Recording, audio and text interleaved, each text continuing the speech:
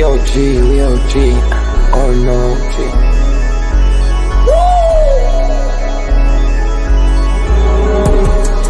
You're not bullish enough, yeah. Oh no, you're not bullish enough. You ain't got the oh no.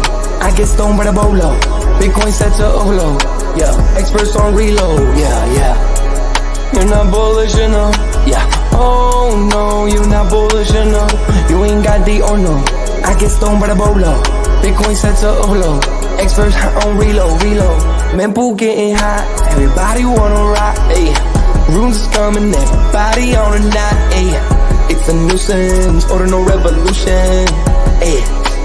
Ordinal Revolution. Yo, is my guy for real, bro? Run stuff. Got French right now. Yo, BRC 420, bro. Yeah. Yo, that shit on fire, bro. Imagine if he in here. Yeah, lock it in the seal. Murder. I got balls of steel. Nuki on the field. Yeah, this shit for real. With no calls, I get so far. Got 100 phone calls that I go hard, and they gon' love me. Smoke weed, huddle back. I get shiesty. Where my Bitcoin looking lovely. All this Satoshi's nothing above me.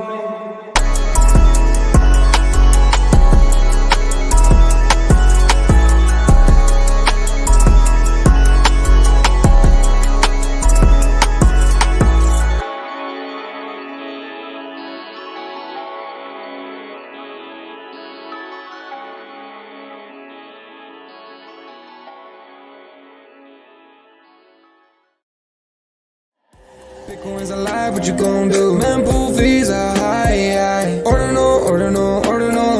Where does it stop? Nobody knows. It's a revolution, ayy. Bitcoin is the one, no substitution, ayy. With Shizzy and Yagobi, it's Ordinal Revolution.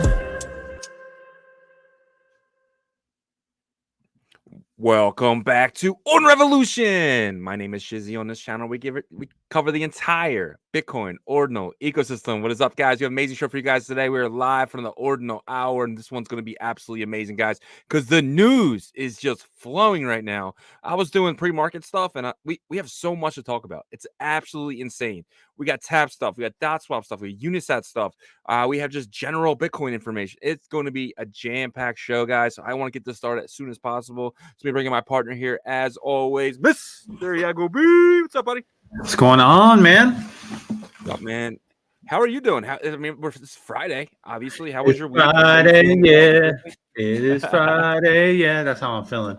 Man, I'm feeling good. 68.5. We are rocking and rolling.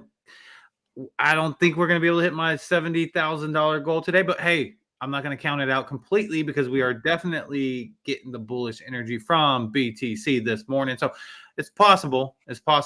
We do have to kind of break this resistance at 68,600, but I don't think we have too much resistance there. We're very close in terms of support versus resistance there. So we shall see.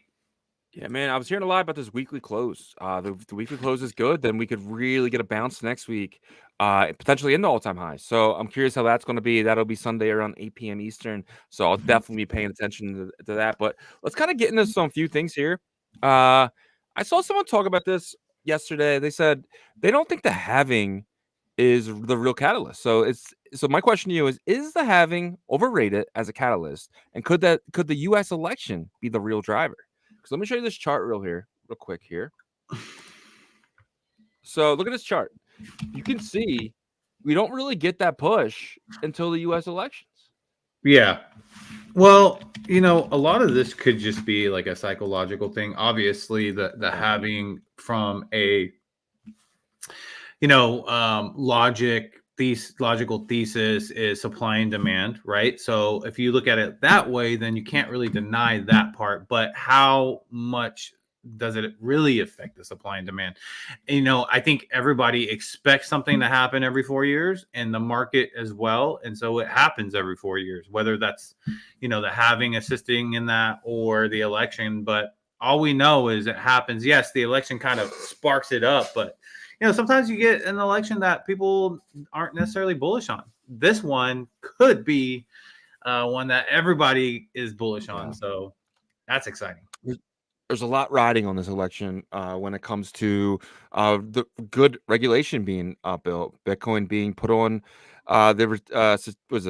strategic reserve, right? So I mean, there's a lot going on with this one, but you are right. I mean, I just don't know why we've seen such a run up kind of into the elections, but never a real pump until now. I mean, we're just been sideways for the last 6 months. But we've talked about this on the show, right? Like Yeah. the ETFs really spiked it, man. Whether Yeah. you call that a psychological pump, obviously they were, setting crazy volume numbers in terms of inflows, and then there would be time where there was outflows as well that were pretty high. But consistently, the inflow reporting was just kind of almost to a point where it's like, is it believable? Yes, it did spike us up to an all-time high in the early part of the year, but after that, we've kind of coasted, like you said, right? But never had an all-time high previous to having before. So I think we can definitely say the ETS had an effect for that. Now, Bitcoin typically doesn't do that. So I think the sideways is, hey, we got to get back on course. And now we're back on course, but we're ready to explode up. Yeah, sounds good to me. Bitcoin's market cap is at 1.3 trillion, is larger than MasterCard and Visa combined. Hey. That's absolutely insane to think about. MasterCard and Visa are something that I use on a daily basis. But Bitcoin is larger by market cap of both of these companies. Yeah, I mean, no shock here, right? We've always seen the trajectory of Bitcoin just to be really dominant. We had a pre-live meeting with another individual, and one of the things is that we really haven't gotten started yet, right? In terms of where Bitcoin's going to head into mass adoption, nation state FOMO. I mean, you think FOMO's a big deal with Bitcoin? Wait till nation state FOMO comes in, because we're talking about billions, hundreds of billions, maybe, I'm saying, across multiple nation states. So it's going to be really exciting. And the one thing that, we were talking about actually was setting an actual exact supply of a monetary value asset that could be utilized by nation states. And that changes the whole, dynamic, because before, every country, go back to the beginning of time, has used a currency that they can create more. And this is the first time, man. So be excited that you're a part of this journey, and we're in the ecosystem that's developing with that asset. So I'm super excited, man. But so Visa and MasterCard is one way to pay, but then you got things like Venmo and Cash App, who are kind of leading the way in payments right now. Venmo's 60 million US users can now buy crypto using MoonPay. So MoonPay seems to be growing. I remember MoonPay from last cycle barely got any attention. It's really pushing forward, and it's getting adoption from these Web 2 companies. Yeah, they're looking at what Web 2 did with payment options like PayPal and what is the other one? Cash App and other just like more internet-based payment solutions, and how much they were making for fees. And it's a no-brainer. I mean, Cash App coming over, I think that gives them an edge over PayPal. PayPal waited too long, and now PayPal's joining the game with PUSD and all PYUSD or whatever it's called. But it makes complete sense to try to be a payment facilitator, because it might not be Bitcoin that most people are going to use. That's going to be more, in my opinion, as like store of asset or store of value asset, but also like in Bitcoin's on-chain economy. But maybe they're going to use other, cryptos, and the fee with the volume is going to be crazy, right? Yeah, 100%. And 60 million people will be like, oh, well, why? Not all 60 million are going to want to use crypto. That's true. But when you see things like this, $500 billion has been added to the national debt in the past 3 weeks. 3 weeks. Wasteful spending is out of control. When you see headlines like this, it makes Venmo's 60 million US users, potentially thinking in a different direction. So, I mean, yeah, you might see 10 million of those users actually buying crypto. But, if they keep doing, 3 weeks, we've added $500 billion to a deficit that's already 30 trillion. Yep, they're trying to get all that spending out before someone comes in and cleans it all up and cuts all the fat off, I guess. So Singapore's largest bank, DBS, launches token services to enable blockchain-based banking. Again, Singapore just seems to be really leading the charge in blockchain right now, and we know a lot of companies over there building, Merlin being one of them, and it just seems like this is the way they're going. Yeah, I think Singapore, Dubai, El Salvador, those three countries, they really are setting. Yeah, they set themselves up for success, man. They did this early, right? And they've been doing it while the U.S. has been fighting back. They're like, you know what? We don't care that the U.S. is pushing back on this. We know what the future is, and so they set their foundation, man. Singapore's been doing it for a while, right? So I think this is huge. Singapore is going to be the number one. I think it's like the business hub for Westerners that do want to do business in Asia. Because like when I went there, I could do business here like anytime. Like the commodities and just like everything is great there in my opinion. But they've been in the crypto space, and then like I said, there's other two countries as well. So this is big for Singapore. I think they're opening up more. They're going to be, I don't want to say replace Hong Kong, because Hong Kong was the financial hub of Asia and it's still strong, but like Singapore is challenging, that's for sure. Yeah, man. Next bit of news here. Morgan Stanley discloses $272 million Bitcoin ETF holdings. $250 million is being held by one bank. They seemed very bullish on it. But so this is just funny to me because you have this news headline, but then you have this one too. Bank of America warns that gold may be the final safe haven as U.S. Treasuries face risks of rising national debt. So it's pretty funny that one of these companies is saying, we did Bitcoin, and the other one is saying gold. To me, it just looks like Bank of America is going to be one of those companies, one of those banks that are outside looking in when things really start to take off. Yeah, I think they'll be fine if they take this strategy for maybe like the next 15, 20. I think they'll be fine anyways because gold will still have value. But I think once Bitcoin kind of passes that, because I think we all think that it will eventually, maybe 20 years. Who knows how long it's going to take? Who knows how long it's going to take? 4 years. Yeah. But let's just say it takes whatever, right? Like let's say 10, 20 years. Let's look at how they are. They'll still be okay because if they do kind of invest in gold. But I think at that point they're going to probably kick themselves in the butt that they didn't at least diversify, and go part gold, part Bitcoin. I think gold maybe does a 1x from here. It gets to maybe 20 trillion, but I think Bitcoin can get to 10 trillion this cycle and 100 trillion next cycle. I honestly think that. It might sound crazy, but 100x in 8 years is nothing for Bitcoin. From here? Yeah. Okay. 100x from here? I thought you meant. Well, even that's pretty tough. But like 100x from after 10x, I think that's really tough. No. I said 10x after 10x. Yeah. So I think when we get to that 10 trillion mark, I think the next cycle will hit 6 million. So I think we're going to hit 700K this cycle and 6 million next cycle. What does that put it at? That will put it at $100 million. 10. I think we're going to go. I'm sorry, 10 trillion at the end of this cycle and 100 trillion at the end of the next cycle. And that, yeah.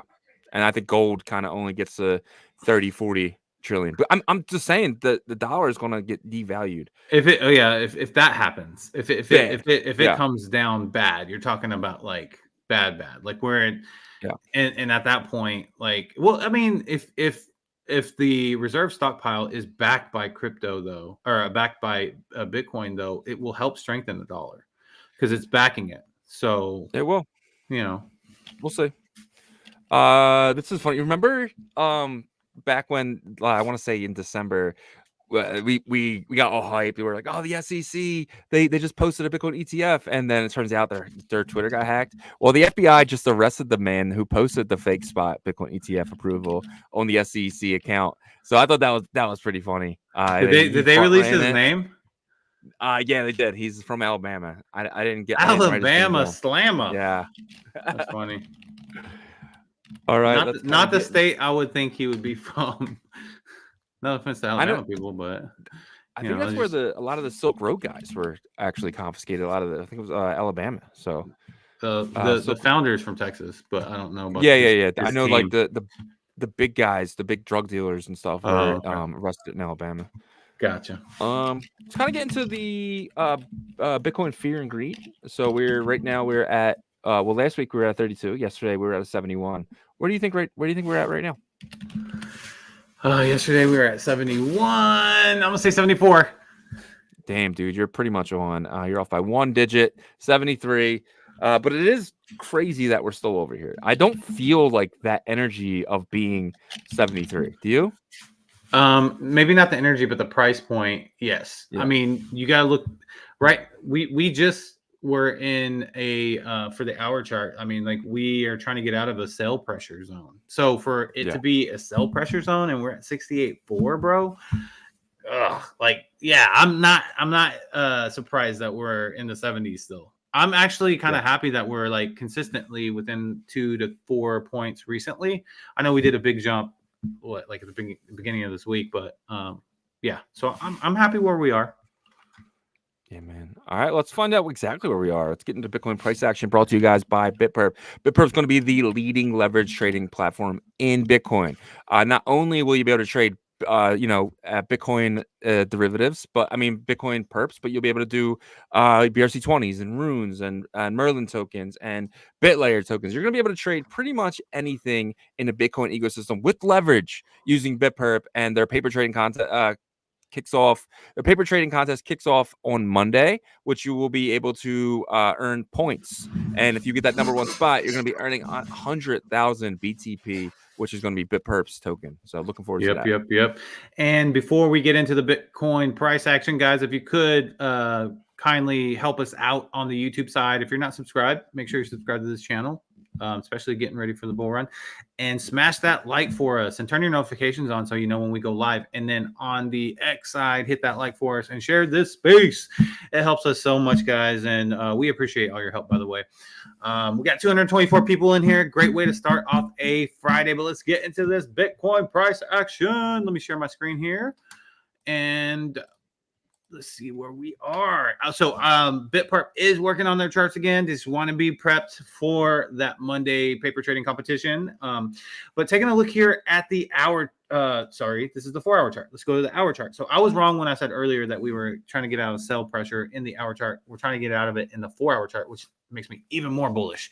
So, but let's talk about the hour chart here. So when I said that we were kind of dealing with resistance a little bit, you can see right here at 68.6, there is a little bit more resistance than support. This data goes from yesterday, 17th, right? So you can see on the MACD, we barely had any like drop down to sell pressure right here. We just had a continuation of this buy pressure building back up, and it's actually looking kind of decently strong. I feel like we've been in this weird place, not weird, I guess expected eventually for October, but like when we're in sell pressure, the price doesn't really it goes down very temporarily and then it bounces right back up. So it's the sell pressure that indicates to me that we are in this kind of bullish momentum. And you and I took a peek see at 2020 October on the same day, the 18th. And that looked pretty beautiful, right? Heading into like the remainder of October and the election period of November. So it was pretty much up only with these small corrections. And these corrections are the ones I'm talking about. They don't really matter because it's like they're starting to not scare people as much anymore like they were 3 months ago, because it's like, okay, yeah, it's going down, but we know they're faking us out because bam, the whales and everybody that knows that's what's coming is buying it right back up. That's what I expect to happen, honestly, probably until maybe up into the election. I think market makers might try to take advantage of the election, even though like it looks like Trump is winning pretty decisively at this point. But you know, they always try to take advantage of events like that, right? So they might try to wick down and up. I don't think we're going to see anything super crazy. Maybe like a wick 1500 or something like that, back and forth. So anyhow, second half of today, I expect us to probably break up more. I think that this resistance ends up getting eaten up here. We're only down by like 8 buys. Basically, we'll make that even. And we're hanging out. We're not like bleeding or anything like that. So I think that for the second half of today, we probably try to force 69,000. I do hope that we can get to my magical target of 70. I don't think that's going to happen, though. I'm usually a confident person, but I got to be real. And so I don't think that's going to happen for the second half of today. I think we do challenge 69, though. If we do cross 69, it is on the table, in my opinion, but probably more like 69.2, 69.3, something like that. But don't listen to me. 420. Hey, you've been calling that, I think. And so that's what I'm seeing for the second half of today. For the 8 hour or the 4 hour, which is my favorite time frame, because I get a 2-3 day kind of forecast. And I love this setup right here on the MACD that's showing me, look, weakening here. You can see the blue and orange lines getting really close together. The stochastics looks good too. Like we were in oversold for a little bit. Now it could kind of bounce back up and down right here, but I am expecting us to kind of finish Friday strong. The weekend in a bullish sentiment market time frame, I think, is fun because, you know, we have the speculation that we can pump on the weekends, you know, in Q4. And I probably expect a little bit of that if we finish strong on Friday. Now you're like, oh man, you sound like you're up only. Yeah, that's about right. I am for where we are right now. We've been waiting for this for a while, guys. Like, you know, every time I was like, oh man, we're about to start it. And then like dump, but not, I feel very strong about, yes, we'll have pullback similar to this, but nothing major until, in my opinion, the end of the year. So that is what I'm feeling for the rest of the day and heading into the weekend. Yeah, sounds great. Sounds great. And we had one guy, he said, F off BitPerp bots. Yeah, they're not bots. They're just entering the contest, HJ. So what it is today is if you put BitPerp in the chat, you will be put on a wheel at the end of the show to win a BitPerp pass. But you only need to do it one time, guys. You just need to do it one time, and then you will be in. And we're also whoa. I want to surprise them with this. Okay. But you can okay. Yeah, so we're giving away something else. Yes, well. we are giving away something else, and you will have to do something for that, but we're not going to announce it probably until, I would say, maybe about 30-40 minutes left in the show, because I want to get this list together first for BitPerp, and then we'll start that second one there. All right, so guys, when you put BitPerp in there, you're actually potentially winning something else, something great as well. So one BitPerp gets you potentially 2 wins. We're going to spin the wheel 10 times today, so look out for that. It's going to be exciting, guys. Yep. All right, let's get into the roll call. Let's see who is here. If you don't know, if you're your first time here, we do a roll call every single day, and that kind of shows us who is here every single day. It kind of gives you guys an opportunity to get your name heard. So that's pretty big. Chief Axel in that number 1 spot with the square and the heart. Shout out to Chief Axel, man, here every single day. Number 2 spot, Glasshopper. Piccolo is here. Shout out to Piccolo. Top Up Black is here. West Bottom Market. Webdro is here. Yasher is here. Lackey Lukey. Sorry, man. The keyboard is just killing me. Is it loud? Yeah. Hey, let me mute myself. Level Up Tech is here. Mempool Punk is here. Danny Boy. Shout out to Danny Boy, one of our mods. We appreciate you, my friend. Ordinals Chips is here. Ordinals Tweets is here. Shout out to you guys. Choda is here. Almost done. Let's go. Cheaty is here. And then we have Joko, Patrick Nan, Steamy J, Batu Say is here. Shout out to you, my friend. Reziak is here. Click Bang. ASAP Benji is here. WK. Jake Walters is here. And then we have Pelka in Nagi. Let's go with Nagi here, man. You're here every single day these days, man. Appreciate you. And then Pelpa, man, you've been here since the beginning. Shout out to you, my friend. Fixed is here. No is here. Happy Homer's in the building. Choda again. Let's go. Fortnite Flicks is here. Oh, we got it. We finally got his address. So I'm going to screenshot this so I can put you in the list there. So, okay, you're locked in. And then we have Jason My Feed is here. Azish is here. Amir Daywood. Dust Everything Crypto. Shout out to you, man. Your first time here. A lot of new people are here today. Psycho Manic. Yeah, what a name. Amir Khan is here. Sammy Turnpike. Yo, Sammy Turnpike, dude. The Turnpike is I don't know if that's everywhere, but we definitely have one here in Philly. Zeesh Tech is here. Chain Watcher, Scarlet Kim. I Walk Alone. He says BitPerp. Yes, remember, guys, put that in there. All you need is one time. Ski God is here. Zeesh, our guy here. And then we have, let's see, Matt. Shout out to Matt's, man. Mr. Sheedy again. Let's see. Someone new. I see you. You see me. I see you. Just joined. Is BitPerp on? Can we trade? Not yet. So it'll start Monday. BitPerp will go live on Monday. JE is here. Joshua, Robert, Hathaway. Shout out to you, my friend. Holly Land Packy is here. Crypto Khalifa, Bit Alpha, Bit Hanjo, Yasher. Where is my comment? I didn't see your comment up there, man. You must have did a little too early. YouTube does delete them sometimes if you were too early. Could you guys talk about Arch Network? We actually did a video with Arch Network. You guys can go check that out. But yes, we are going to be talking about them a little bit, so stay tuned for that. And I see you, the final comment. Any last slackers? I don't see them. And that is it. That is your roll call for today, guys. We appreciate every single one of you guys who make roll call every single day. Yep. Let's kind of get into some more news here. All right, so Bitcoin ecosystem bull run, the best Bitcoin L1 scaling solutions. So this is perfect for that comment who wants us to talk about Arch Network. Sure. Right into it, huh? Getting right into it. I like it. Let me give me 1 second. Yeah. Okay, you know what? Let's jump right into it. I just want to pull up something here. Okay.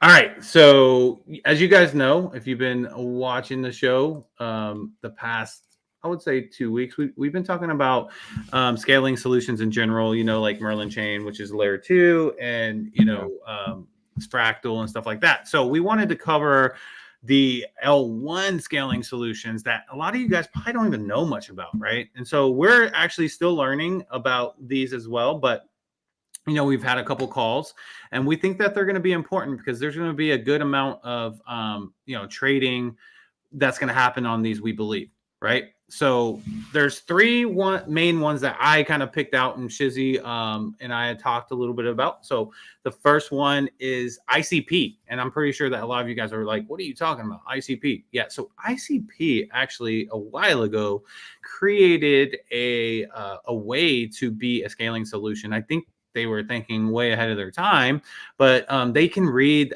the Bitcoin blockchain, right? So what they do is they use, so I'm going to go over each one, kind of some points on them. After I go over it, each one, I'm going to kind of get Shizzy's feedback on it. So let's start with ICP.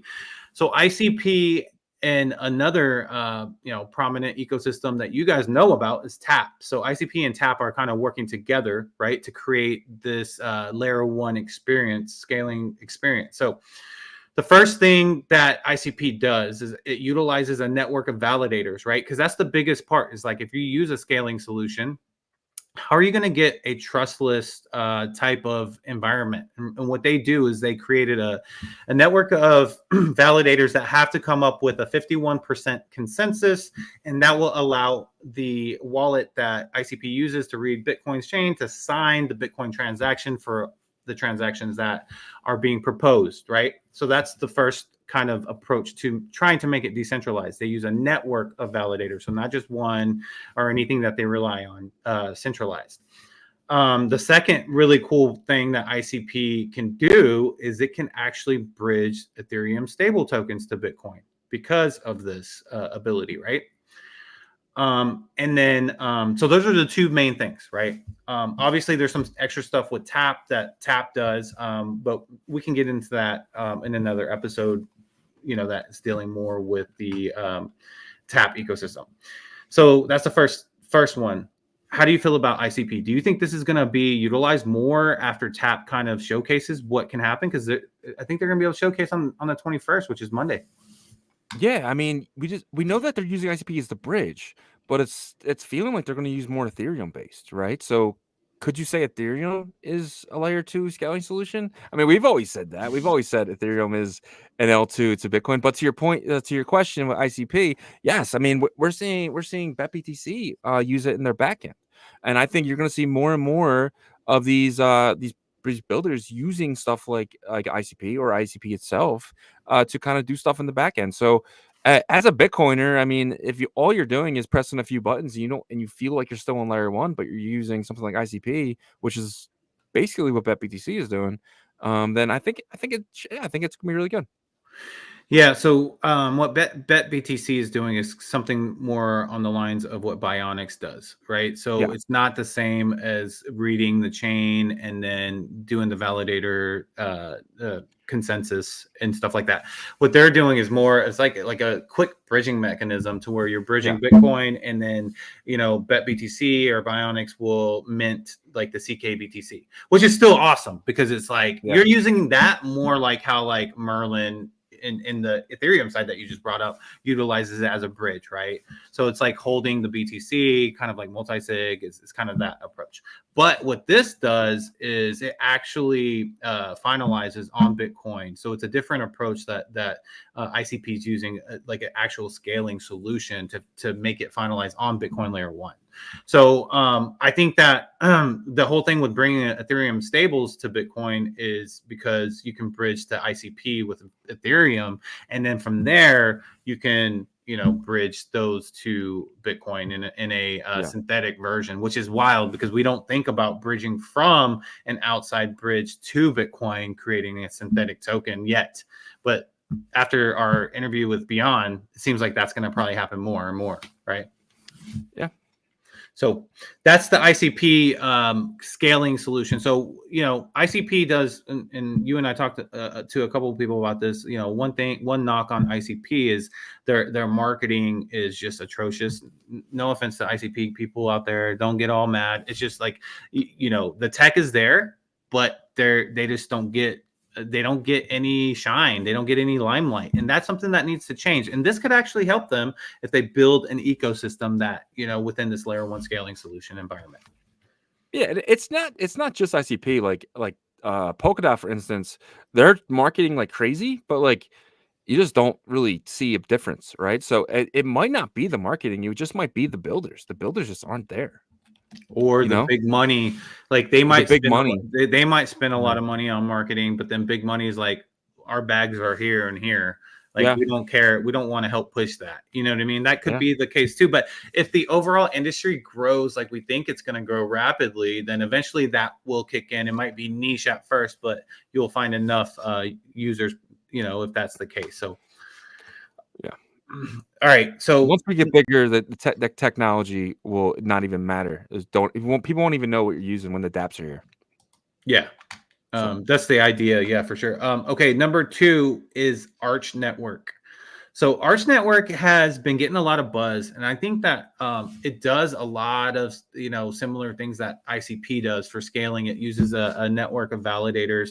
I'm not sure if they have to reach the 51% consensus, but that's typically the kind of mark, right? Whenever someone does a validator network. So I'm assuming that that's the target consensus of making sure these validators all agree, and then they're able to have signage there. So I think Arch Network does get a lot of they will get a lot of the marketing hype because they came out of BTC Startup Labs. They are BTC native, and unfortunately they will have that edge on ICP, even though they do similar things.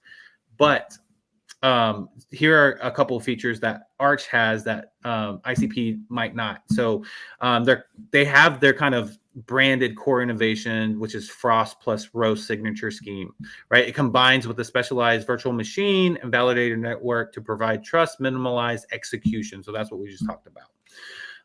The second thing is the unique architecture enables trust, minimalized, programmable multi-sigs, multi-party computation, cross-program invocations, protocol interoperability, and other elements essential to building the pillars of Bitcoin DeFi, including lending markets, AMMs, and stablecoins. So,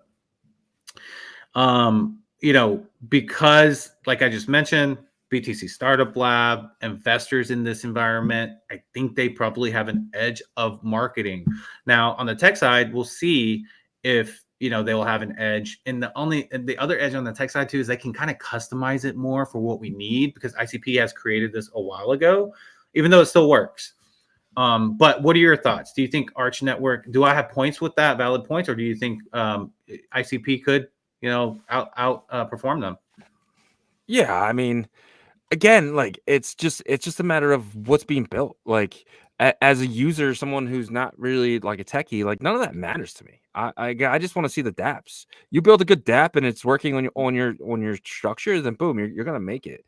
But if there's no good dApps, then no one's gonna use it. Period. No matter how good the technology is. So for this type of for Arch, Arch seems very similar to what I was hearing from Tap, 6 months ago.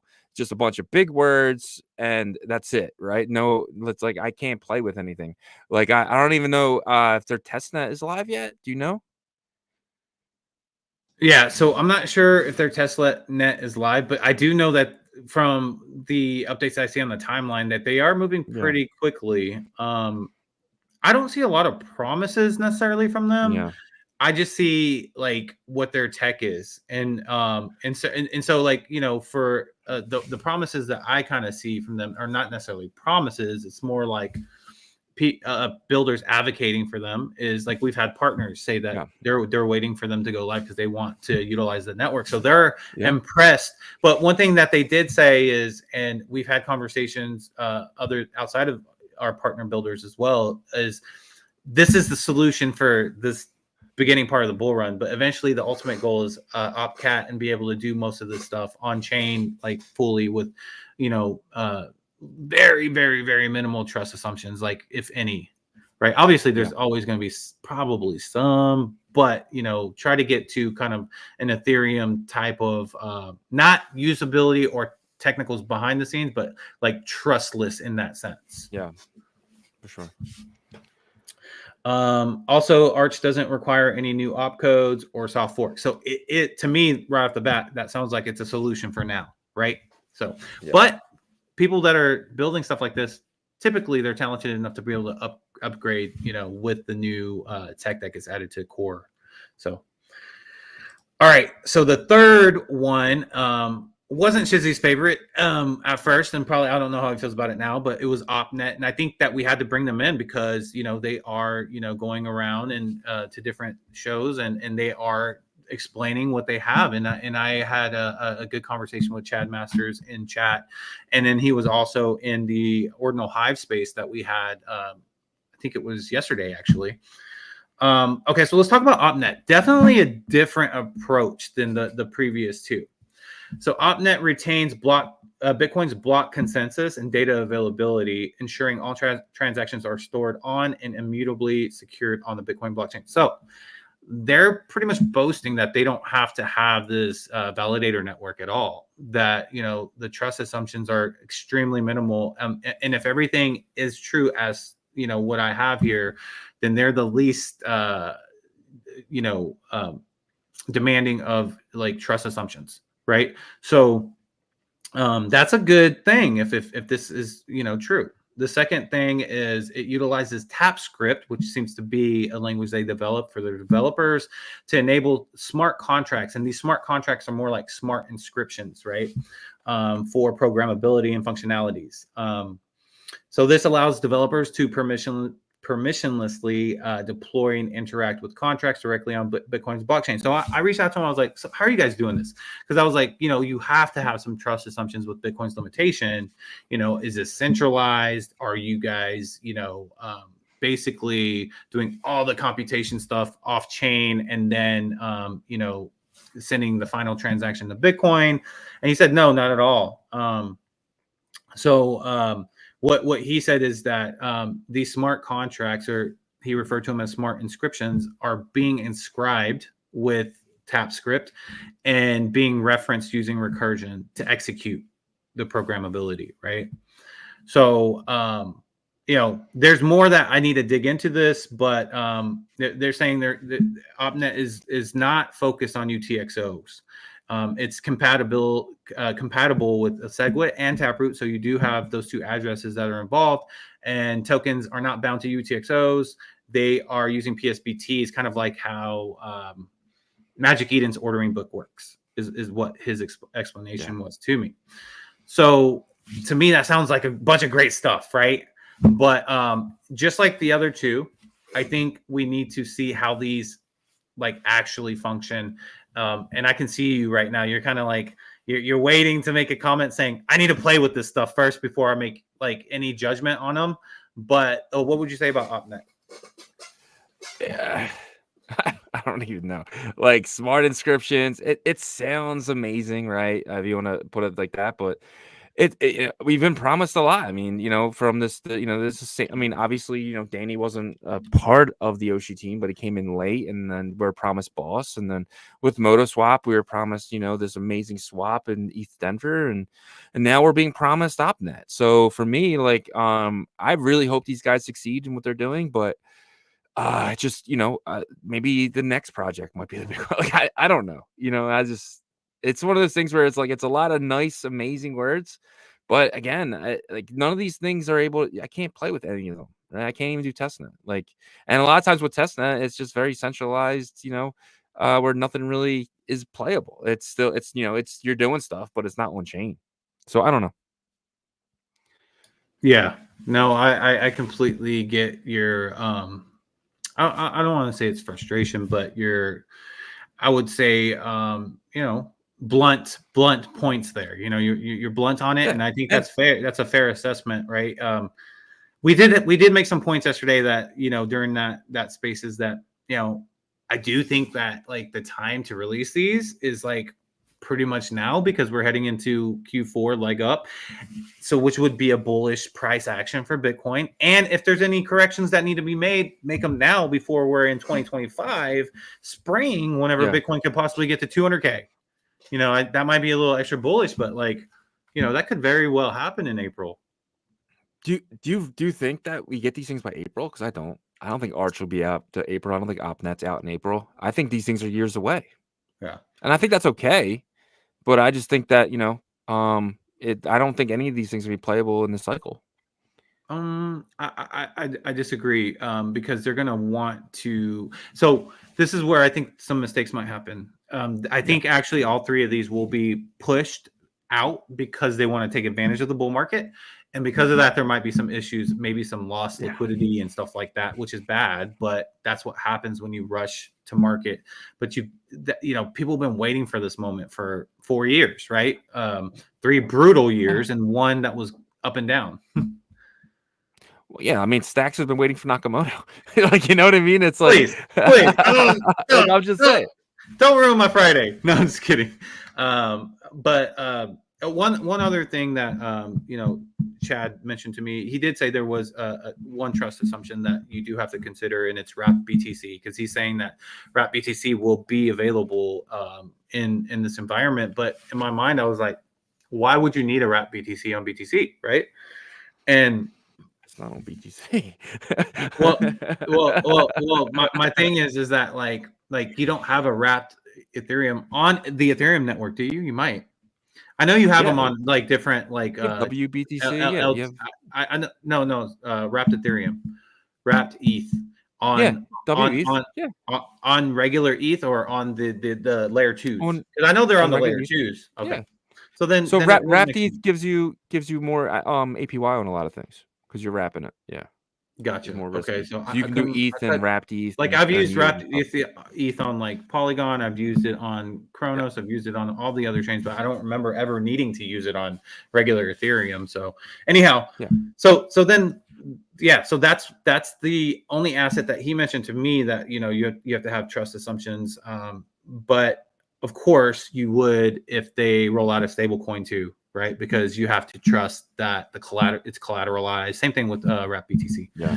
So, anyhow, I hope that helps you guys kind of learn a little bit more about these Bitcoin Layer 1 scaling solutions, because there's going to be more information about these coming out, in my opinion, in the very near future. And there's going to be people that use these once they launch, and really going to be boasting about them. And if it creates a high trade environment, there's limitations because of Bitcoin's 10-minute block movement, right?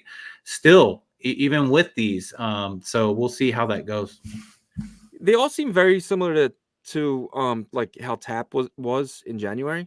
A lot of buzzwords, a lot of promises, and we're in October and we're just getting some of them, right? So I think they're all a year to 3 years out, especially with some of them. But I hope I'm wrong, but it's just one of those things where it's like, yeah, it's just we're gonna have a lot of waiting to do, and a lot of these layer 2s are probably gonna benefit from that.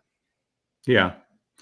Oh, that makes sense. You know, I will say that, like, okay, let's say that these were released though in the summer. Like, they would have done like numbers and then bombed.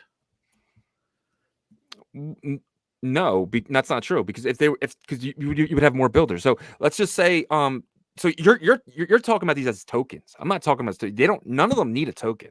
That's the No, no, first no, thing. no, no. I'm not. But I'm not talking about them as tokens. I'm talking about them as environments. The tokens no, I on in doubt the no, environments. So I because think you've they would seen have.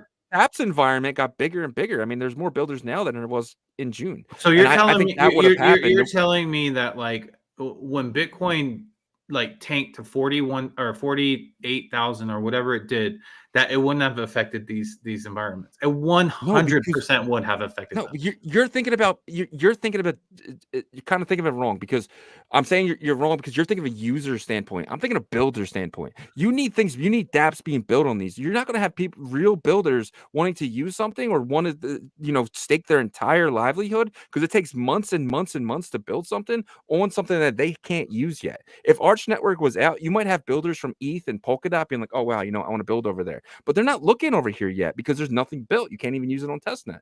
So if OpNet was built, if OpNet was out and it was capable of running, you will have builders building on it. Yeah, the user count might not have been there, but that's a good thing when you're building something early, because then you can kind of get a community built and kind of things. There's no communities being built from these dApps yet because these dApps are not building. I know. So I get what you're saying, but there are builders within these networks, right? There's builders Very few. that are building with them. I mean, Tap has Very tons. few. Tap has 7. I'm just saying, but in a year from now, Tap's going to have 100. Right? Well, So maybe, that's what I'm saying. No, maybe, they but will. They will, because if it works properly, if their swap works good, you're gonna have more people wanting to stake their livelihood in these projects. And I yeah. think that's when you get real builders, because no one even knows how the technology works yet. It's all buzzwords, right? It's all what was the one big buzzword? It was recursion inscriptions. Like, we don't know if that shit's gonna work, right? I mean, they hope it works. We don't know if it's gonna Like, work. if No one's gonna stake their if they've been livelihood on it. testing it, there's more builders than 7 in Tap. But my point that I'm I making right mean, now is that, maybe 10. well, that's one of the things that we actually But are bullish on them or about. yeah, You know what no, I I mean? know, but like I said, but that's 10, but that's more than the other ones, right? But that's what I mean. Like, but in 6 months, once the tap swap and everything's out, they're gonna have 60, 70, 80. When people are able to use it and people are like, oh wow, I they can guarantee kind of you get that there wouldn't inspired. be 60, 70, or 80 if it was released in the beginning of the summer. I I think guarantee so. you no, I think because so. builders come whenever they see opportunity of liquidity. Money. Money Builders brings build builders. first. They build Money brings first. yeah. The opportunity brings builders. Like, I builders don't mean, come over when there's liquidity. Builders you build before there's liquidity. opportunity is money. Opportunity is money, dude. Like, No, but let people learn from Polkadot's mistakes, right? Like, there was builders over there, like a lot of them, and they're like stranded. Same thing with Cardano. There was a lot that were like, going over there, and then they're like stranded. So builders right now, they're kind of like users, to where they're like, you know what, I don't want to allocate my ads, like my time and assets to an ecosystem that's not going to be sustainable. So I think whenever the bull market comes, that's when they're more serious about, But then it's too late. If you start building in a bull run, your product's not going to be out. That's You got why to build in the bear. so that's why you slowly build as they're releasing. But I actually think that the ecosystems that release closer to when the bull market liquidity comes, that's actually a smarter play. Now, So sometimes dApps, the word's wrong. dApps that release the ecosystem need to be built now. dApps need to be released during the bull run. yeah, Like, but the I think you're ecosystem is built. mistaken. Ecosystem is It but is built. you're saying that, but I can't use it. You can't, but builders can. And that's your You point. builders can build on it and hoping, you know what I mean, like that. And there's no test nets for any of these things. Well, the builders are testing behind the scenes. The builders are hoping No, to I test, mean, because the test net's not out yet. No builders is testing on Arch on testnet yet. well, I wouldn't be so sure of that. Let's let Matt talk on that. Yeah, but same thing with OpNet. Like, they're not on testnet from my understanding. So Yeah, I think we got to get some a confirmation on that because Yeah. you know, like at the end of the day, like we see things from the Twitter timeline. There's a lot of information that's happening behind the scenes, right? Like, yeah, we do have builder meetings and infrastructure meetings and stuff like that. But one of the biggest things was, and you know, I'll say this straight up, is that you know Benny and Tap is horrible at communication. Yeah. But we found out from you know that there's a lot more that's happening there. Speaking of, do you want to hit on the ChatGPT feature? I think that's a huge tool. Well, hold on. Okay. I got a bunch of So are we done with this? Yeah, we're good on this one. So Stacks finally put out a tweet. They said we meet again when Nakamoto block 867. So Nakamoto is not out like we thought it was. It is actually going to be put out in block 867. Do you know what block we're on now? I haven't looked at the mempool in a while. I don't know, but they are the epitome of it's been 84 years. Okay, so we're on block 866. So we have another 1,000 blocks. So Nakamoto is coming. And then Unisat put out some news today. PizzaSwap updates and cat market debut. So let me bring this up really quickly. So this is pretty big. Unisat, great news for coming your way. We're pleased to announce, thanks to the hard work of our partners, OKX, BRC20 index consistency issues have been fully resolved. The withdrawal functionality of PizzaSwap will go live on 10/19/24. So this is pretty big. PizzaSwap is finally going to allow withdrawals. This is massive because someone like me, I have a big bag of glizzy, and like I didn't want to put my glizzy in a swap, but now that there's withdrawals, how big? I mean, I got over $1 billion. I got over $1 billion glizzy, but like, I didn't mean now, for you to tell. I don't care. But now I'll be able to put my glizzy in the swap and not worry about it, because there's no reason for me to trade in this NFT way anymore, right? So I'm gonna put my glizzy in the swap starting today. I've actually did the transfer inscription, which fucking sucks, but I did the transfer inscription and I gotta wait the blocks. But now and then I'll be able to deposit my glizzy into the PizzaSwap, and I'll be able to just kind of sit it there at the end of the day, because I have no plans on selling it. But now I can add liquidity to glizzy, and I think a lot of people are going to be adding liquidity to a lot of things now that you can withdraw, because it's not Hotel California anymore. So this is a pretty big deal. Yep. No, I know you're super happy about that, and I am too. Guys, real quick, because we got about probably 38 minutes left of the show max time, but I was going to say, start putting the word beyond in the chat for the second part of the giveaway. We're giving away 5 whitelist spots for the Orange Pills Ordinal Mint that they are going to be launching. So start putting the word beyond in the chat if you want to qualify for that spin for 5 whitelists. So that should be a really good one, because we saw some of the art on that and it's pretty dope. But yeah, getting back to PizzaSwap, and we got Johnny Himalaya in here. He says there were over 100 entries to the Tap Hackathon, and there was 14 teams in the final. So 100 entries is a ton. Yeah. Jeez. So that's 100 teams. And then he says OpNet testnet is live.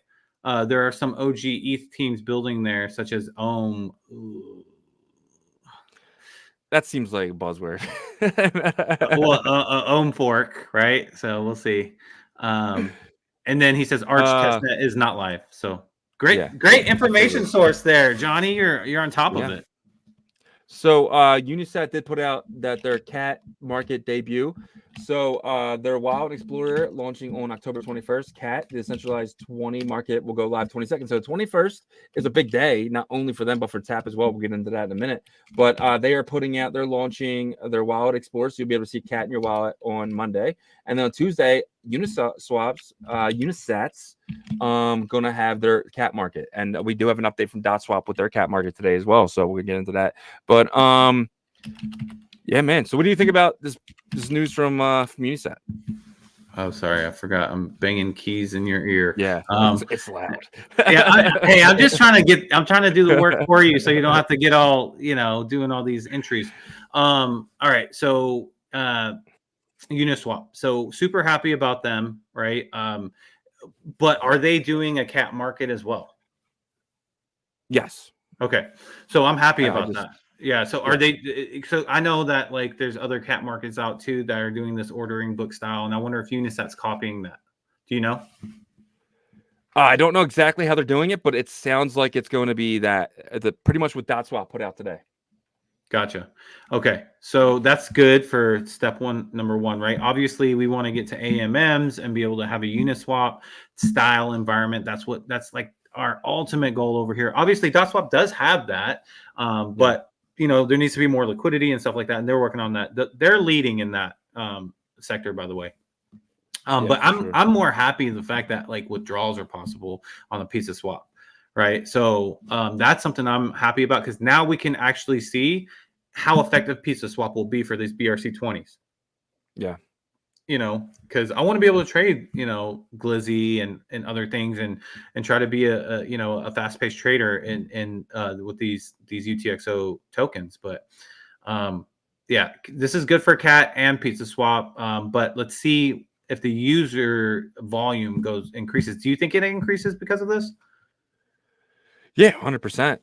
I think DotSwap's amazing, but it's it's very niche to that. But Unisat's a household name, right? So when you're using Unisat and stuff, this is good though. You need multiple markets in ecosystem, but it is a layer 2. It is fractal. You have to bridge there, and I do think we're gonna need number to go up to entice people to kind of go there. So you're gonna need Cat to get listed on exchanges.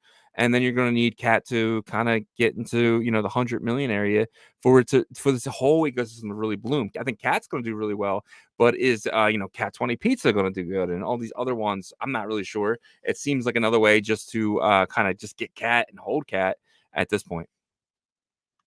Yeah. Yeah, I agree.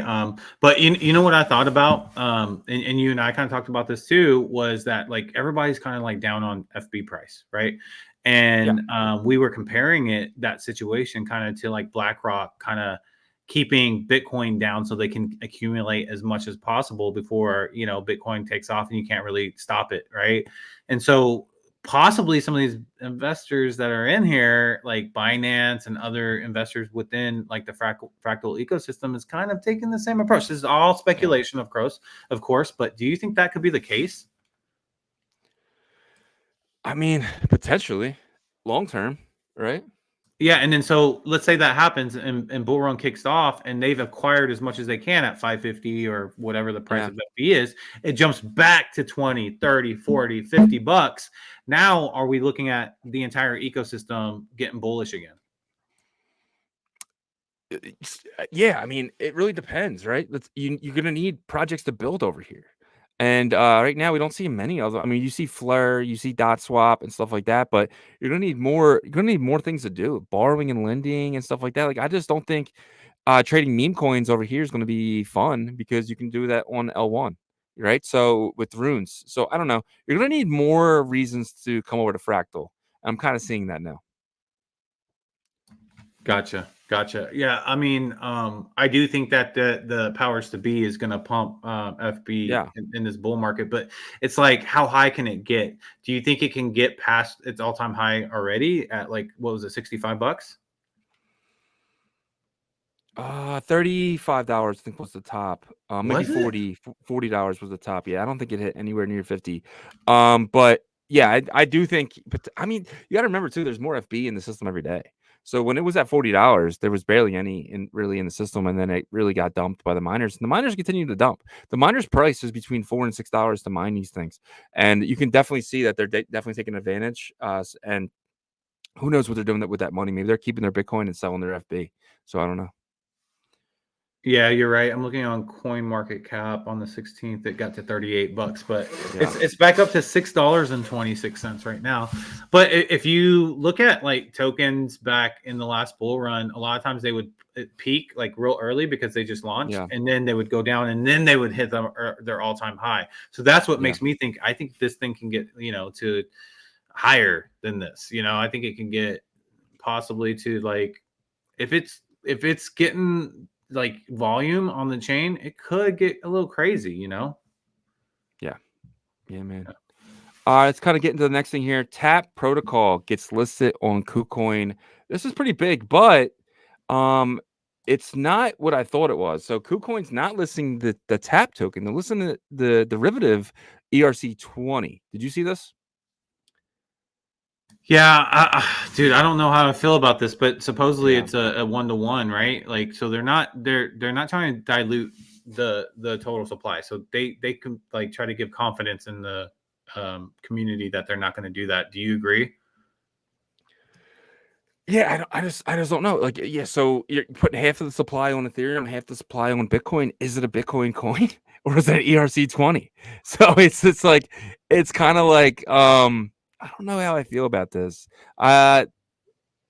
Yes, Usually this Yeah, doesn't happen from the launch, is what I think you're no, getting at, because yeah, eventually if it happens, it could be bullish, right? I always bring up Quant, which is an ERC20 token that eventually got added to swaps on Hedera Hashgraph that uses a completely different technology, yeah, right? So it's bullish, but like it's just weird to kind of kick off with it. I agree with you on that. yeah, It's like, what side are you going to go on? But maybe they're doing this strategically because, one, it's easy for KuCoin to accept KuCoin. it. Number one.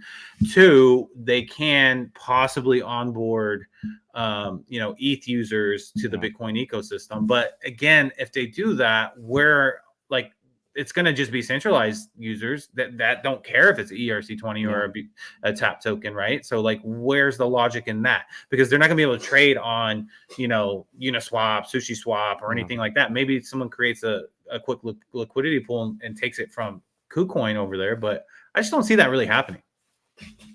Yeah, and then what happens like with the token itself? You can put in LP pools over there on Ethereum. What happens if people just keep withdrawing the BRC the TAP version and there's it's all over on KuCoin? Is it even even in our ecosystem anymore?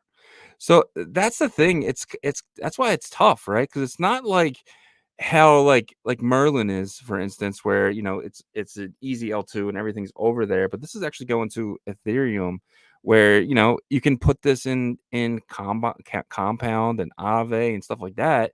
But it's just an ERC20 that represents what they're building over here. Yeah. I mean, yeah, so the way that Merlin did it was they launched their BRC20, but then you couldn't really buy that on Unisat or anything, right? So they kind of put it into their MPC wallet, and then they distributed it through like a OKX launch or something, right? And then you can get it on Merlin chain. So I remember you kind of mentioning, like Merlin has this hybrid, but it is that ERC20 style token. But Yeah. at the end of the day, it started as a Bitcoin native token. So, I mean, do you feel different about Merlin than you do about TAP? No, but that's kind of the point. I was hoping TAP would be this legit layer 1 solution like they've been saying, but in reality, it's the same thing as Merlin. Yeah. What's the difference between Merl and the TAP token? There's none. They're both ERC20s. Well, so there's something different between solution and then like actual token, right? Like solution is what people can do in an environment and system and stuff, versus the token. I don't think You're right. I don't think the token really matters in that instant, right? Especially if you can bridge back and forth and stuff. So I think both of us are probably looking a little bit too deep into this. And it's more of an opportunity to kind of onboard and make it easier for KuCoin to kind of just get that volume going, because KuCoin's kind of like those weird hit or miss centralized exchanges. It could do a ton of volume, or it can kind of just be like, So TAP protocol, Bitcoin Layer 1, Ethereum L1. We're incredibly excited to announce that TAP will be available on both Bitcoin and Ethereum at TGE.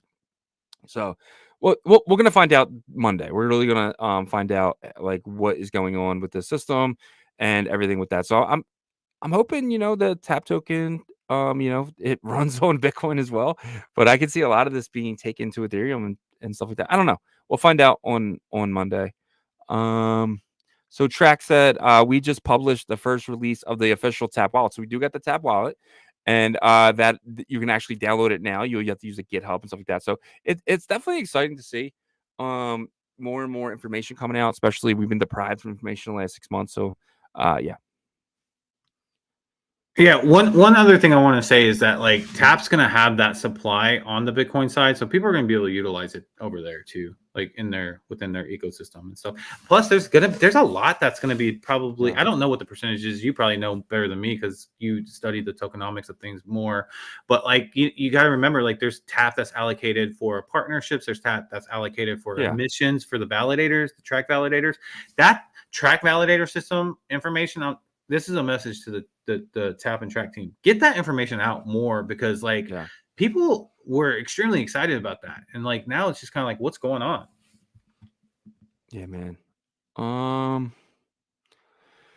right. So we'll get into a few we'll run through quick these a lot of news. Starting 10/21 from Magic Eden. Here are master plan for the future of Bitcoin on Magic Eden, including total mempool protection going live on 10/24. So this is a big deal for Magic Eden. Mempool protection. Do you know exactly how that works? Putting RBF to bed once and for all. That's the quote. So I don't know. I don't really know much. Yeah, so there's a way to do it, but I think you have to pay extra for it, and then I think they guarantee or something. I'm not sure, honestly. I remember reading a little bit about that, but they've been talking about this for a while, right? RBF, sniping protection. The snipers were not happy. They're like, oh, sad day, because I mean, like honestly, like there's certain people that are good at sniping, and then they try to take advantage of like the baby deers that don't know how to snipe back, right? So and you get enough of those baby deer wins that like you make money, so but they're not going to be happy about this. But at the end of the day, I think it's good for the environment, because if you're new, you come over here and you're like, oh my god, I just got a node monk for good price, you get it sniped, you're just like, dude, I can't play over here. I thought there was some sort of like at least fairness. So yeah, especially if you're new, you can really get. So yeah, shout out to Magic Eden, man, really pushing L1 forward, for sure. And then you got things like today, you can find bells on Deck Screener now. So this is pretty cool. Thanks, by V Bells, which is an Ethereum version running. So that's pretty cool. That it is available over there now. And then Lynn said, I've been told that I shouldn't leak this. So he did leak an image, but then like a half hour later, they did put out their dot swap. So I don't know if you guys been to dot swap today, but if you're not, head over there, dotswap.app.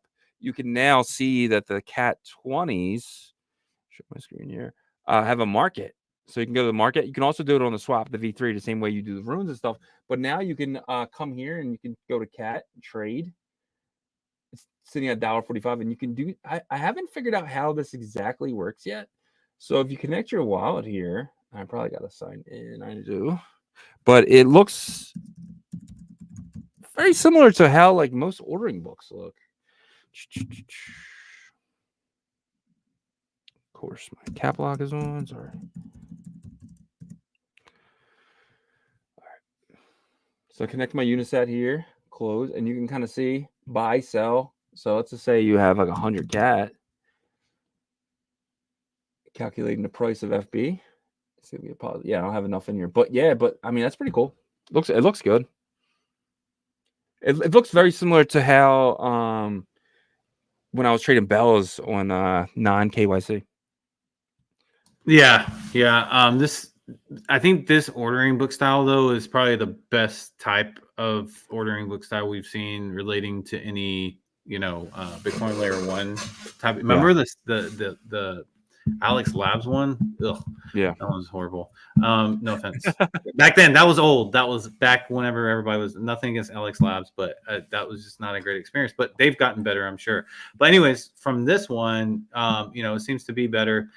Again, like we want the AMM style, right? Like the biggest thing is like we want people to create quick liquidity pools, to be able to launch tokens and create liquidity pools with those, to get that fast pace and trading environment going. Yeah. I don't know when that's going to come, but I do have a feeling it is going to come. It's it's not going to happen on layer 1 Bitcoin, even with the scaling solutions. I don't think, but at least it could happen in the other UTXO chains. All right, this dude Perry's an idiot. Maryland chain's a scam. Send all your bitmaps. All these fools, bro. You're an idiot. You're just go away. Just go away. But yeah. Sorry, this kind of pissed Well, me let's off. put a little context to that though. Yeah. Okay. Because you know the bitmaps. First of all, you know a lot of you guys don't even know how to bridge in and bridge out things, and I want to give credit to one of our community members, Courtney Johnson. He was saying this kind of not exactly like this with he was frustrated, and we understood. And what happened? We reached out to Courtney, and we got on a call with him, and we kind of walked him through it. And it's because you have to really kind of learn how to use particle network and the wallets and being able to bridge in and out. So Perry, if you need help, right, we can help you, brother. Ask Courtney. Like we even stayed on the phone with them for even a little bit longer and just shot the shit a little bit. Cool dude, man. Cool dude. And his complete feeling about Merlin completely changed, because he was like, oh, okay, I didn't realize that like you have to use particle network and then this other wallet is your EVM address. It is a little bit confusing at first, but I promise, Perry, if you give us a little bit of your attention span, we can walk you through it, buddy. Yeah, you can figure it out, dude. I promise. All right, jump in. Let's kind of get into Fluid Friday here. Let me get the banner. Man, oh, it's up the top. Okay. Comments, banners. All right, guys. Today is officially Fluid Friday. If you don't know what Fluid is a lending and borrow on Bitcoin. They have also a lot more. They have staking now, and they have so much more stuff. If you go to fluidtokens.com, let me show my screen here. You've got to see they have the swap, the lending, and the staking. So if you don't know, you can now stake Billy Cats. Well, you could stake Billy Cats, but it's going to be coming to an end soon here. Unlocking is October 24, 2029, or I'm sorry, October 29, 2024. And then you can still do the. Is the Omen's done? The Omen's done as well. Wow. A lot of these are done. So only right now still open is this Galactic Goods. So yeah. So there, if you are a project out there and you want to get your ordinal or your rune staked, you guys can do this through Fluid. They're going to be announcing their what is it? They're going to be allowing you to do it, right? Yourself? Yeah, so that's supposed to come close to the end of this month, but no promises on that. That's going to be the ideal situation, guys, is if you're a founder, you can set the staking vault up completely yourself, to where you can set the parameters. You're going to have to set the rewards, but it will be very visible and transparent. So if you try to put no rewards in there or some small rewards amount, everybody's going to see it. So yeah, be honest with what you do, because it's permissionless at that point. But I do think that will help kind of create like an influx of staking vaults, which can definitely benefit your community if you're a founder. And we've already seen that with Billy Cats. We're seeing it with Omen, and Galactic Coins. Is that what that says? Galactic Goods. Galactic Goods. So I'm excited about it, man. Yeah, man. What else do we have with Fluid? Fluid is also, let me see here. I know they're working on a ton of stuff. Oh yeah. So, they are actually speaking at a Cardano event coming up, but it's because I don't think you guys realize like how many UTXO builders are interested in building in the Bitcoin ecosystem because of Fluid, right? They've really started this like renaissance of other UTXO builders saying, hey, wow, like, there is a lot of possibilities, right? And one thing that we want to educate you guys on how Fluid staking actually works, like the mechanics of it, right? Because some people are like, oh, it's centralized, they have all the only centralized part of this, guys, is they help you set it up, because you guys don't know how to right now. So that's why they're trying to get the platform that we just talked about, so where you guys can do everything on your own. But let's talk a little bit how it works from the mechanics level. So when you create a staking vault, or when you enter one, you're putting up, let's say we're putting up a Billy Cat. that Billy Cat, when you put it up for staking, it goes to an address, a staking address that's in one of your available thousands of addresses that's under your main Bitcoin account. So it's your address. It's not any other wallet's address. Now, when you set that up, that specific address, the one that the protocol picks, it tells that address, hey, you have to lock this Billy Cat in this address until block height number blah blah blah. And because it's your address, that means only you have the keys to that address. So only you will have the ability to unlock it or get it out of that address once that block height reaches. Sorry if I'm talking like I'm trying to teach 5-year-olds, but I feel like that kind of has to be the process here, not because of you guys, but because it can get confusing. Now, once that block height reaches, then you're able to unlock it, only you, because you have the keys. And then the reward will also be sitting in that address with your original ordinal that you can unload into your main account address. So I hope that explains it to you, because we feel like that's very important for you guys to know that this is a decentralized, permissionless process here.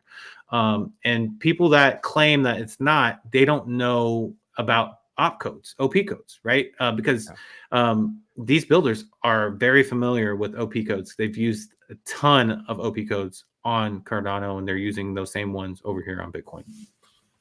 Yeah, man. So check out app.fluidtokens.com or fluidtokens.com and hit the Bitcoin button. That'll take you over here. You guys swap, lending, staking, and hopefully, we definitely get that up soon. Raul and his team are really working on that, so you'll be able to come here and do everything yourself. You'll be able to set it up with your own rune reward or your own, have your ordinal stake for your rune. So if you do have a rune project, or if you have an ordinal project and would like to create a meme for and this is an easy way to reward your holders. Let's just say you have 6,000 holders of your ordinal. You can come here and have them all stake their ordinal in a non-custodian way and receive a meme coin that you create. So that's another way to reward your holders. So there's definitely more and more aspects of staking, and I think Raul is leading the way in TVL. Yeah, and there's a couple of other announcements too. These guys are super talented. We told you guys. So there's a bridge that is almost finished, that is going to allow you to bridge from Cardano to Bitcoin, but it's going to be solely focused on the Fluid token, Runes token. So they already have a token that they launched on Cardano, but it's going to be a 1-to-1. So if you have that on Cardano, you're going to be able to bridge that to Bitcoin in exchange for a rune. So that is coming. And so I imagine, them doing all the work for that bridge is going to be utilized for other assets as well. So, and then, of course, they are a pioneer in terms of interoperability with Cardano and Bitcoin. So these guys are building, man. There's a lot of substance behind builders, these builders, but, not with all utility builders. And even though Murad, whatever his name is, and said that there's a mean super cycle, which we agree, there will be a moment when retail comes pouring in that have more of a traditional mindset in terms of investing. We saw it last cycle, and they're going to be looking for utility tokens that say, oh, we want something that has utility that's going to be, you can use, because that's really what excites the everyday person. Now we're seasoned, so we know memes can really run up, and there will be that cycle for utility, but Fluid tokens will definitely be, in my opinion, one that they look at in terms of their utility platform. Yeah, man. So definitely check out Fluid, guys. These guys are going to be a leader, in my opinion. And their rune will probably be launched next year. Right now, it's FLDT on Cardano, and eventually be 1-to-1 to the runes. You will see that in our ecosystem doing a lot more. They're working with one of those networks that we talked about earlier, potentially to get their swap up and feel like an actual swap. Right now, it feels good, but you do have to wait for that person to come back and accept the trade. So there's a waiting process, and it's not just one block. So, but eventually, when they're working with some other networks, you're really going to see a lot of this thing's really going to take off, in my opinion. All right. Do you want to get into the giveaways?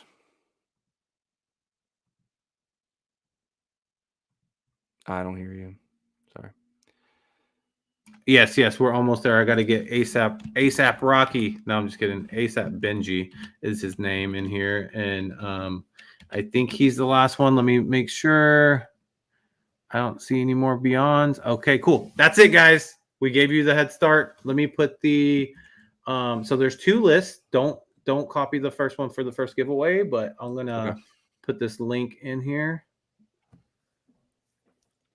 And congratulations to all the people that hung out with us this long on a Friday to get a chance in winning these prizes. So we're going to do 5 BitPerps VIP passes, BitPerp VIP passes, and then we're going to do 5 whitelists for the Orange Pill Ordinal Collection by Beyond. Oh, so there are 2 different lists. Okay. Yeah, there's 2 different lists. So that's why I said copy just the top one for BitPerp, and then I have it in bold if you can see. Yep, I got it. All right, cool. Let me get my screen here. Give me 1 second. I want to make sure I have the stuff here ready. Okay. And guys, if you do win, you have to reach out to me with your EVM address. BitPerp will be on a on BitLayer, B Squared, and Core DAO. Yeah.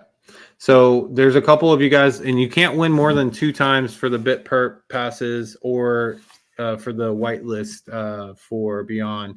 But I have the list of people that have already won twice. So if you've won twice in there, we'll respin that. All right, so let's go. Good luck to the first spin. One.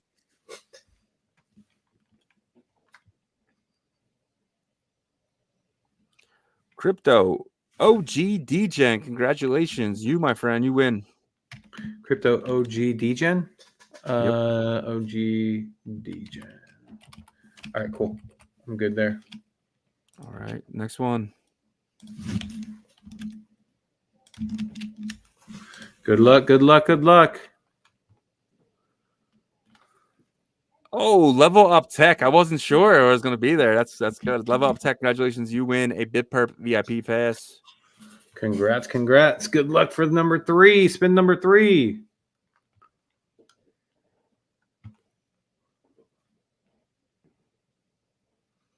Oh, did she get it?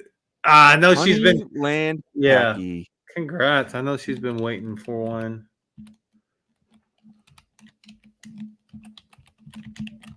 All right, the next one. Or he. I don't know. 1, 2, 3. Yep. This is spin number 4. Chief Axel, congratulations.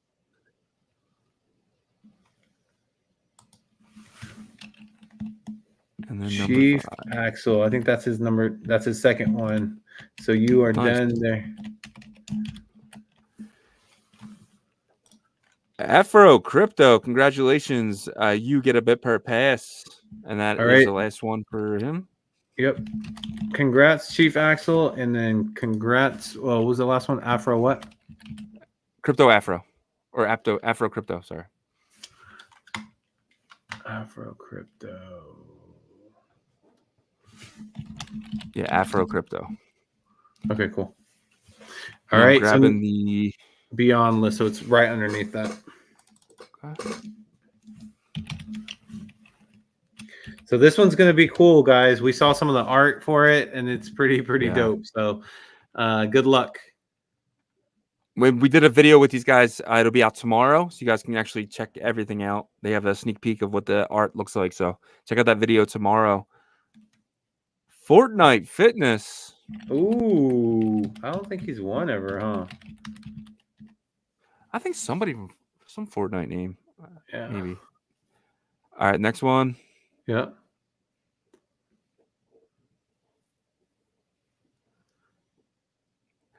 Joshua Robert Hathaway, congratulations.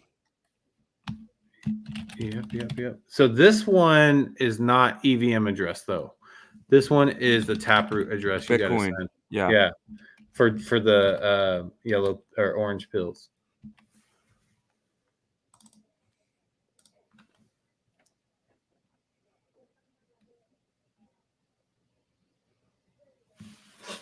Oh, man's right on the line. Scarlett Kim. Oh, I know she's also been kind of waiting to win. Scarlett Kim, congrats. You are on the Orange Pills whitelist. We got 2 more to give away.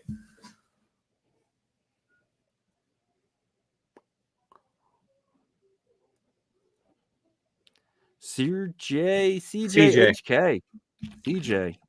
CJ_HK. Last one, guys. Last one. And make sure you guys follow both Twitter accounts. We posted it up in the chat. So go follow both BitPerp and Beyond. Ooh, Batusai. Batusai. All right, that's going to be the 5 winners there. So real quick, I'm going to congratulate the 5 BitPerp winners: Crypto OG Dgen, Level Up Tech, Honeyland Packy, Chief AXL, and Afro Crypto. Guys, send your EVM address to Shizzy or to the Ordinal Revolution X brand account. And then for Beyond Orange Pill Whitelist, we got Fortnite Fitness. We got Joshua Robert Hathaway. We got Scarlett Kim. And we got CJ_HK and Batusai. And so send your Bitcoin Taproot addresses to either Shizzy or Ordinal Revolution's brand account on X. And congrats, because that is exciting there. I put my you guys can reach there, or you can do the Ordinal Revolution one. I will put this one in the chat as well. Just send a quick message by one.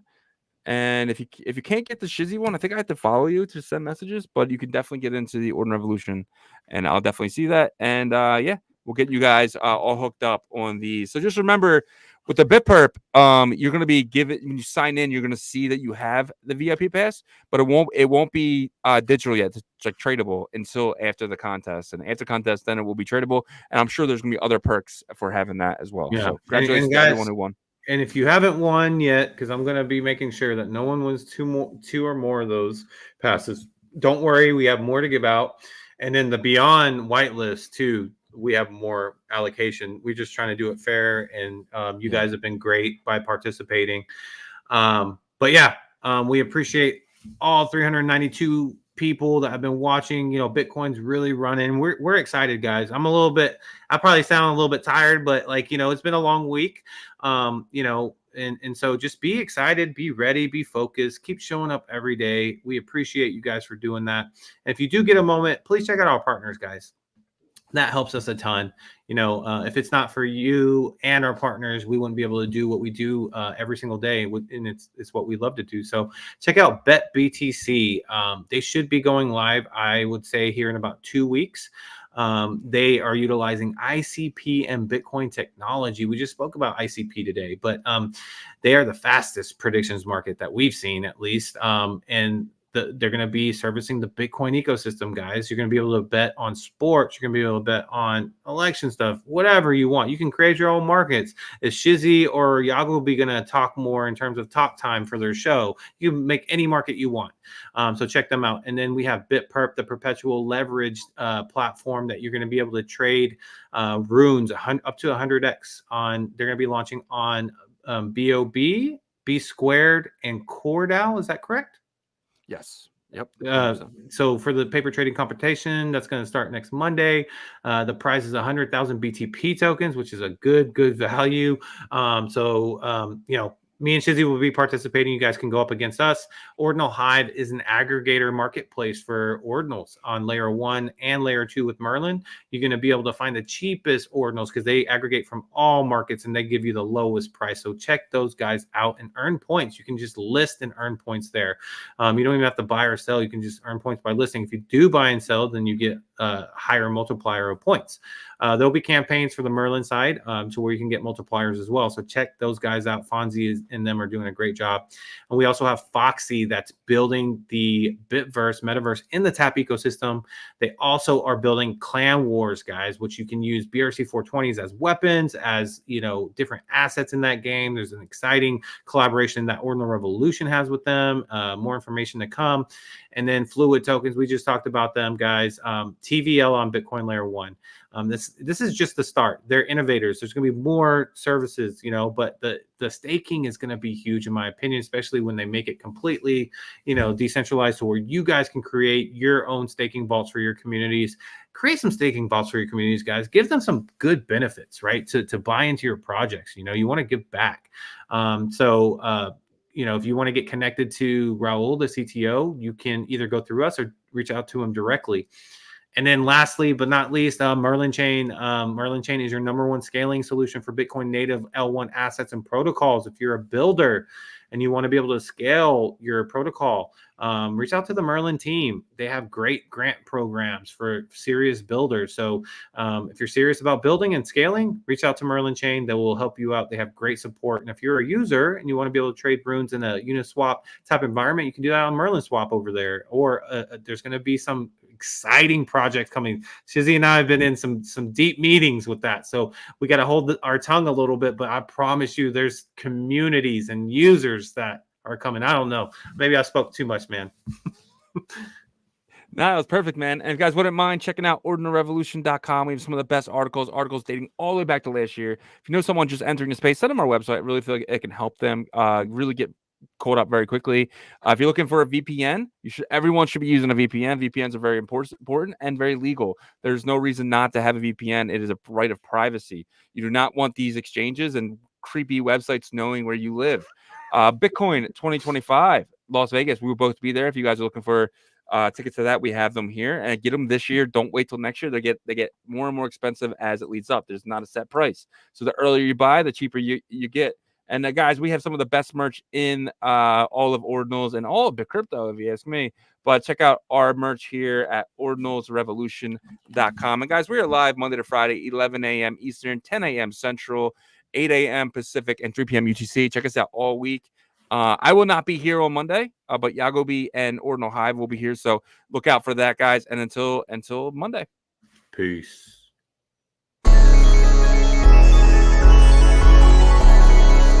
We OG, or no OG.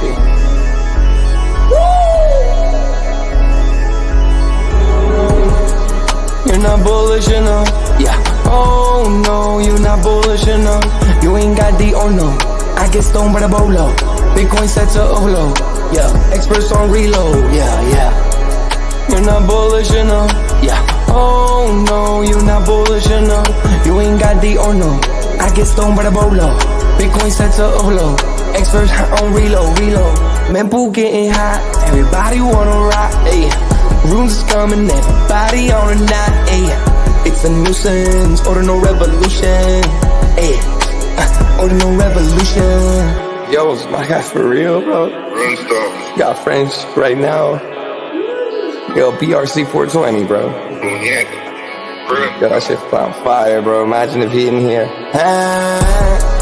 Yeah, like it in the steel. Murder. I got balls of steel. Nookies on the field. Yeah, this shit for real.